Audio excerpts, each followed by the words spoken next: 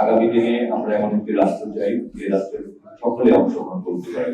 আমরা সর্বত্র সবাইকে আগামী বাংলাদেশে আমরা একটি দেশের জন্য এবং এলাকার উন্নয়নে আমরা ঐক্যবদ্ধভাবে কাজ করতে চাই।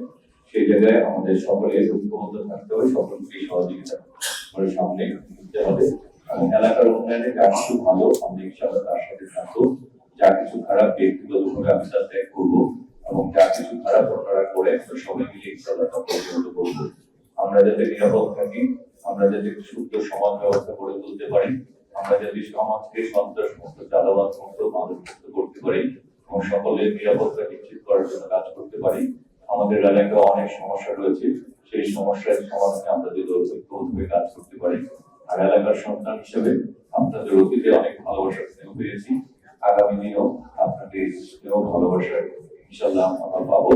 সেই দোয়া প্রার্থনা করে এবং মৃত্যুকালে ঈমান এবং আমাদের সাথে যাতে মৃত্যুবরণ করতে পারি সেই দোয়া প্রার্থনা করি। আজকের মতো বিদায় নিচ্ছি।